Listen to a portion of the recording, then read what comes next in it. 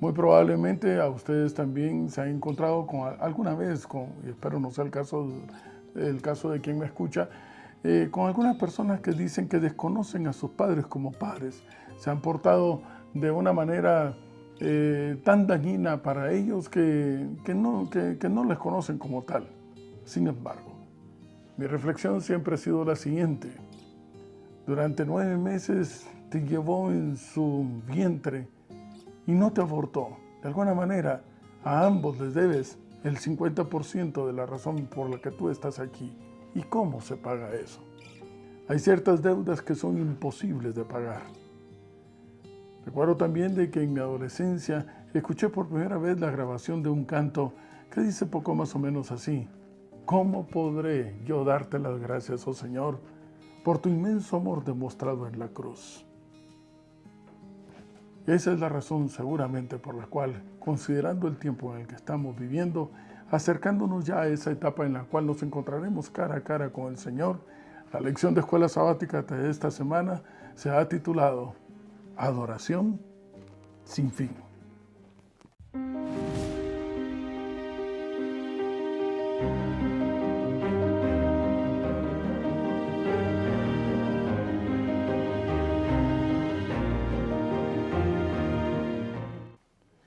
Y me encuentro buscando en el Nuevo Testamento, en el libro de Filipenses, en el capítulo 2 y el verso 8. Y la palabra de Dios dice, hablando acerca de Jesús, y estando en la condición de hombre, se humilló a sí mismo. Se desapareció por completo. Olvidándose de él, se hizo obediente hasta la muerte, para ocupar tu lugar y el mío, la muerte de la cruz. ¿Cómo agradecer algo así? Saben, de acuerdo a la etimología, el vocablo adorar es reconocido de igual manera tanto en ruso como en indio y también en hebreo, en latín. Es una palabra con un vocablo compuesto del prefijo ad hacia y orar, conversación, clamor, solicitud, incluso agradecimiento, para aquel que tiene la capacidad de poderlo hacer todo, de suplir tu necesidad o incluso de hacer lo que nadie puede hacer. En otras palabras, tú diriges tu conversación, tu clamor, tu solicitud, tu gratitud hacia el único que tiene la capacidad de haber llenado todo lo que tú querías o de darte lo que tú no podías conseguir de otra manera. Y a este le llamamos Dios. Esto me hace considerar que, poniendo las cosas en su lugar, es un error muy grande cuando los padres llenos de amor le dicen a los hijos, yo los adoro, o incluso el novio enamorado le dice a la señorita, yo te adoro. Atención, adorar únicamente al Señor, igual que divino únicamente es el Señor. Así que, poniendo las cosas en su lugar, este vocablo adorar crea cierta complicación, en algunos una confusión, a la luz de Apocalipsis capítulo 13. Y vamos entonces al último libro de la Biblia, y en este capítulo, un capítulo que más de alguna ocasión ya hemos estudiado, el capítulo 13 de Apocalipsis, el apóstol, en su función de profeta, el apóstol Juan, nos comparte una visión que tuvo, en donde, de acuerdo a la traducción bíblica, mar, que significa muchedumbres, y bestia, que significa reinos o estados políticos, de acuerdo a Daniel capítulo 7, dice en el verso 1 que habrá un movimiento político porque tendrá el apoyo del Estado, y religioso porque exigirá adoración.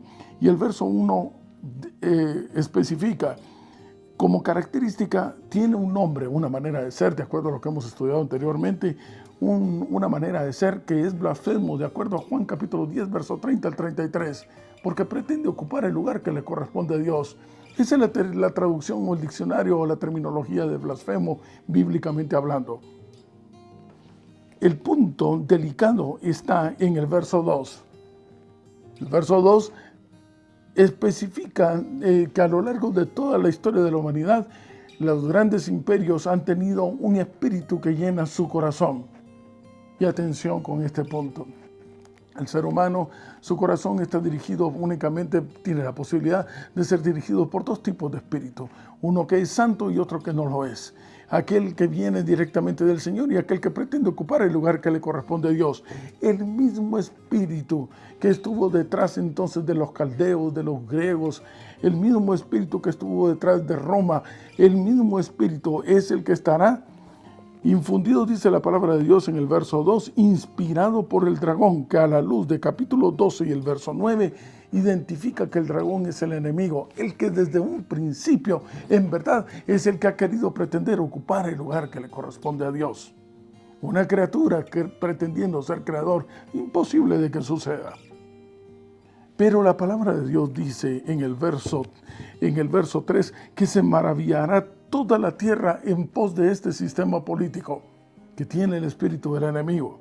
Y aclaremos, ya lo hemos hablado en algunas ocasiones, pero aclarémoslo una vez más. El verso 4, la segura palabra profética anuncia que se terminará adorando, o en otras palabras, de acuerdo a la etimología, reconociendo como Dios al enemigo, al dragón, y a este sistema político y religioso. La pregunta es ¿quiénes? Los moradores de la tierra. La pregunta es ¿quiénes son? De acuerdo a Filipenses capítulo 3, verso 20, se aclara que existen dos grupos, moradores del cielo y moradores de la tierra. Nuestra ciudadanía, la tuya y la mía, en el nombre del Señor Jesús, si hemos aceptado a Jesús como nuestro Redentor, como nuestro Salvador, si ya no vivimos nosotros, sino que vive el Señor en nuestro lugar, nuestra ciudadanía, nuestra morada está en el reino de los cielos. Y aquí solo somos peregrinos y advenedizos, estamos de paso. Pero aquellos que todavía no han aceptado al Señor, su morada sigue aquí en la tierra. Y son ellos los que la segura palabra profética considera que terminarán reconociendo como Dios al dragón y a la bestia. Abrirá su boca en blasfemias contra Dios porque pretende ocupar el lugar que le corresponde a Dios. Pretende tener el carácter de Dios. Se les conoce que se les escucha constantemente que les llaman Santo Padre. Pero Apocalipsis 15:4 dice claramente, ¿quién no te temerá, oh Señor, si solamente tú eres santo? Y santos aquellos que ya no viven ellos, sino que vive el santo dentro de ellos. Y la palabra segura, palabra profética, sigue diciendo que también es blasfemo de su tabernáculo porque pretende ocupar en tu corazón el lugar que le corresponde exclusivamente al Espíritu del Señor. Es que nuestro cuerpo ha sido llamado a ser templo del Espíritu de Dios. Pero aparte de eso, pretende decir que el pueblo que le sigue es el pueblo que en verdad mora en el reino de los cielos y nada más alejado de la verdad.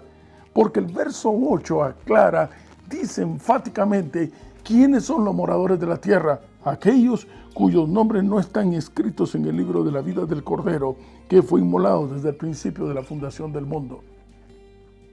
Si tú has aceptado al Señor, tu nombre está inscrito para siempre en la vida del Cordero. ¿Por qué? Porque ya no eres tú, porque eres eterno, porque Él es eterno, porque Él habita en tu corazón. Así que la adoración, ¿hacia dónde va? Es una adoración que se ha dividido desde el principio, desde que ingresa el pecado en el Edén. Y esto lo podemos encontrar en Génesis capítulo 4, verso 5. Vamos entonces hacia el primer libro de la Biblia, en el capítulo 4 y el verso 5.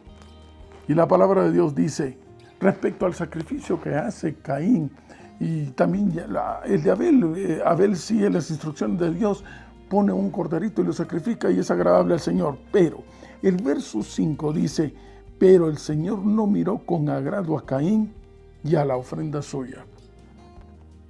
Apreciados amigos y hermanos, hoy en día podemos encontrar, hay un grupo, hay personas que dicen, no, yo voy a hacer las cosas como yo quiero y al Señor le tiene que agradar porque así pienso yo que debe ser. Tome nota de que la principal prueba de la equivocación de Caín fue la reacción de él. Dice la palabra de Dios, y se ensañó Caín en gran manera y se decayó su semblante. ¿Por qué se enoja Caín? ¿Por qué no acepta Caín la lección que le está dando el Señor y le dicen, mira, así no son las cosas, te voy a decir, la ofrenda de gratitud debe ser de esta manera? ¿Por qué te molestas? ¿Por qué a veces nos podemos ofender? Nos ofendemos cuando sentimos una herida que va hacia mí. Cuando estamos pensando en nosotros. Me ofendió, me rechazó, no me aceptó. Y eso fue lo que sucedió con Caín. Su orgullo se siente herido cuando el Señor le dice, cuando él piensa de esta manera, es que Dios no aceptó mi ofrenda, Él me rechazó a mí, Él no me quiere a mí, Él tiene un desagrado conmigo. ¿Cómo? A mí. Y nuevamente, en la proporción en que estamos pensando alrededor de yo, menos tenemos la capacidad de pensar en los demás. A ver, no fue así. A ver, se despojó de sus deseos. Él quizás hubiese podido querer alguna otra cosa, pero olvidándose de sí mismo, pensó exclusivamente en lo que el Señor quería. Y ese es exactamente el fenómeno de la experiencia de todo aquel que ya no vive Él, sino que vive Jesús en su lugar. Nos despojamos de nosotros, dejamos de pensar en nosotros y pasamos a preocuparnos única y exclusivamente en agradar a aquel a quien le tenemos la gratitud para siempre. Él se ocupará de tus necesidades. A lo largo de toda la historia de la humanidad, esta división ha sido constante. Los que piensan en ellos mismos, los que piensan en el yo, los que su vida gira alrededor de su orgullo. El orgullo es el pecado más terrible que hay. Y aquellos que están despojándose de sí para pensar en los demás, porque siguen el ejemplo de Jesús. ¿En dónde nace la adoración? Bueno, pues dependerá. ¿De qué es lo que te satisface en la vida? Si te satisfaces con algo temporal, con tener el vehículo del año, con quizás estar al día con la moda, con los teléfonos, con la última en tecnología, con las cosas materiales de este mundo que tienen una vida temporal, pues entonces también te estarás lleno temporalmente. Pero cuando no te conformas con lo temporal, sino que con lo eterno, entonces tu gratitud no nace en la satisfacción de haber tenido una vida exitosa y un patrimonio grande en este mundo, sino que va mucho más allá, hacia el área principal, hacia la única que llena el corazón. Ese vacío que existe desde que se rompió la relación íntima con Dios. Y vamos directamente entonces hacia el santuario. Y esa es la razón por la cual nos encontramos buscando en el Antiguo Testamento, en el libro de Miqueas, en el capítulo 7. ¡Qué texto más extraordinario! Con frecuencia lo usamos porque es extraordinariamente especial. Estoy entonces buscando el libro de Miqueas. Estoy en el capítulo 7 y dice la palabra de Dios en el verso 18. Pero qué Dios como tú. Y aquí viene el principio. Perdona la maldad. Olvida el pecado del remanente de sobriedad. ¿Qué Dios como Él que hace eso? Y esto es lo extraordinario del final del verso. No retendrá para siempre su enojo, es que se complace en perdonar. Apreciados amigos y hermanos, la esencia del amor de Dios está en el altar del sacrificio, allí en la cruz del Calvario, en donde tú y yo podemos acudir y contemplar a aquel que de tal manera nos amó para ocupar nuestro lugar.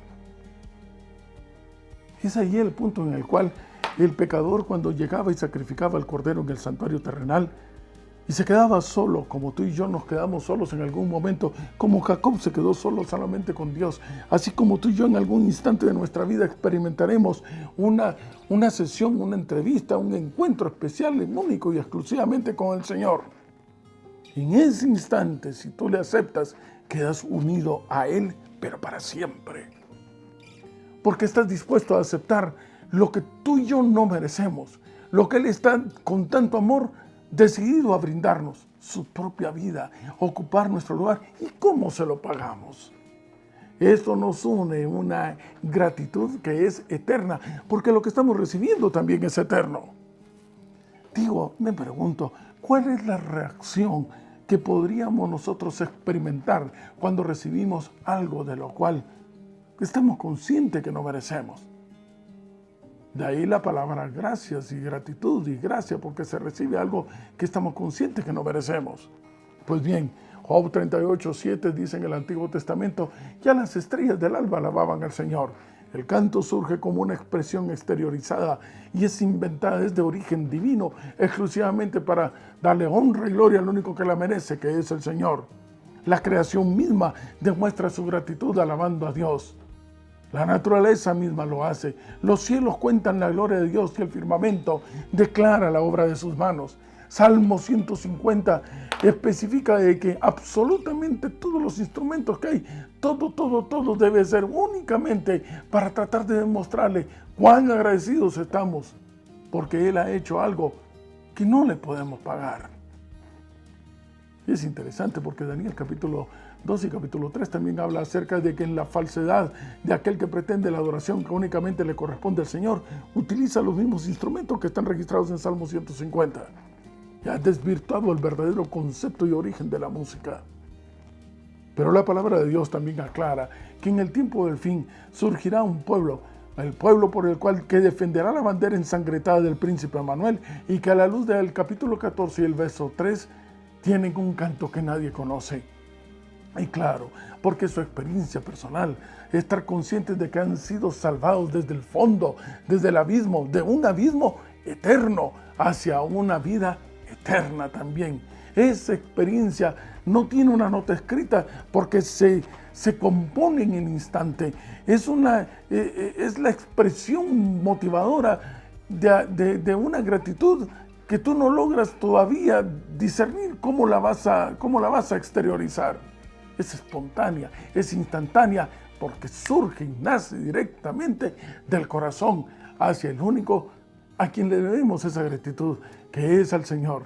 Y de ahí entonces nuestro reconocimiento a Él como Dios, porque fue el único que tuvo la capacidad de poder hacer que tú y yo volviésemos a ser imagen y semejanza suya y ser reconocidos, como lo hemos dicho siempre, por el universo entero, como hijos de Dios. Adorar o reconocer a Dios enmarcará una dependencia de Él para siempre. ¿Cómo le pagamos? ¿Cómo le pagas tú al Señor el que te dé la oportunidad de volver a ser eterno? Que no es un regalo nuevo. No. Es que por naturaleza fuimos construidos, fuimos creados por Dios para ser eternos. Pero liberarnos de esa pausa, liberarnos de ese bache, volvernos a nuestra naturaleza. A ver, momento, es que lo común, lo normal, no es morir. Desde el punto de vista de aquel que nos creó, lo común y lo normal es vivir para siempre, porque la muerte no existe en su léxico. ¿Cómo le pagamos? Con razón. La palabra de Dios dice en Salmos, en el capítulo 104 y el verso 33. Último texto para considerar. Salmos, capítulo 104 y el verso 33. Es una experiencia del escritor, del salmista, porque en la proporción de que está consciente de cuánto se le ha perdonado, en la proporción de que estamos conscientes de cuán extraordinariamente incalculable e inmenso es lo que se ha recibido, en esa misma proporción demostramos nuestra gratitud y tratamos de ver qué hacemos a cambio. Y dice la palabra de Dios en Salmos capítulo 104 y el verso 33. A Jehová cantaré entonces en mi vida, con mi vida entera. A mi Dios cantaré salmos mientras viva. Y si vives para siempre, estaremos agradecidos. Y no es por obligación, sino porque estamos realmente conscientes de que no lo merecemos. Y en el transcurso de la vida eterna, cada día estaremos más conscientes de que no merecemos lo que hemos recibido, simplemente por amor que es incomprensible, el amor de Dios. Yendo de regreso a casa, nos encontraremos con que tu vecino, el mío, nuestro familiar, nuestros hermanos, nuestros tíos, todos, incluso el extraño, aquel que nos llevará una eternidad para poderlos conocer a todos, todos estaremos bajo un común denominador: la gratitud a Dios, y por lo tanto reconocerle a Él como Creador y Redentor, como nuestro Salvador, pero para siempre, para la eternidad, un júbilo sin fin.